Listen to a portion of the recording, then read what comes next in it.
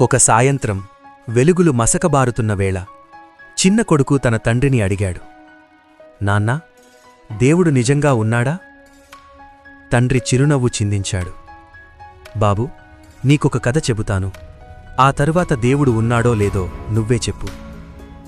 ఒక చిన్న గ్రామంలో పేద కుటుంబం. రోజూ కూలి చేస్తూ బతుకుతుంటారు. వాళ్ల చిన్న పాప ఒక్కసారిగా తీవ్రమైన అనారోగ్యంతో పడిపోయింది. ఆమెను పట్టణంలోని పెద్ద ఆస్పత్రికి తీసుకెళ్లారు. డాక్టర్ పరీక్షించి అన్నాడు, ఈ ఆపరేషన్ ఒక్క డాక్టర్ మాత్రమే చేయగలరు, కాని ఆయన ఈరోజే విదేశానికి వెళ్తున్నారు. పాప తండ్రి చేతులు జోడించాడు.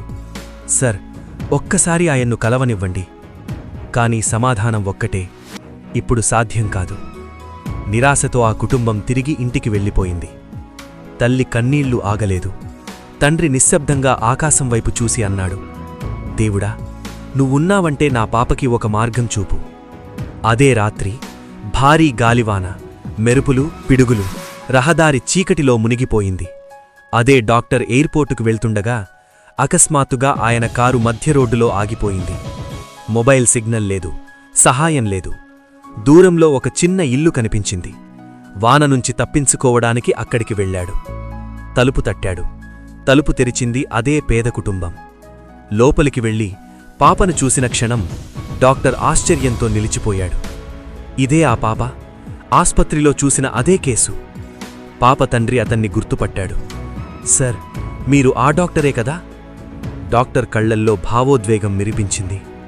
వాన మధ్యలోనే అక్కడే అవసరమైన చికిత్స ప్రారంభించాడు. ఆ రాత్రి పాప ప్రాణం కాపాడబడింది. ఉదయం వాన ఆగింది. కారు కూడా సరిగ్గా స్టార్ట్ అయింది. వెళ్లే ముందు డాక్టర్ నెమ్మదిగా అన్నాడు, నిన్ను కలవడం యాదృచ్ఛికం కాదు, ఎవరో నన్నిక్కడికి పంపించినట్టుంది. తండ్రి కథ ముగించాడు.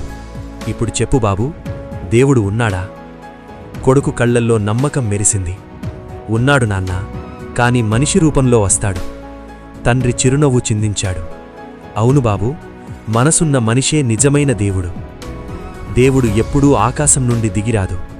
అతను మన హృదయంలో ఉంటాడు, సహాయం చేసే చేతుల్లో ఉంటాడు, ప్రాణం కాపాడే మనసులో ఉంటాడు.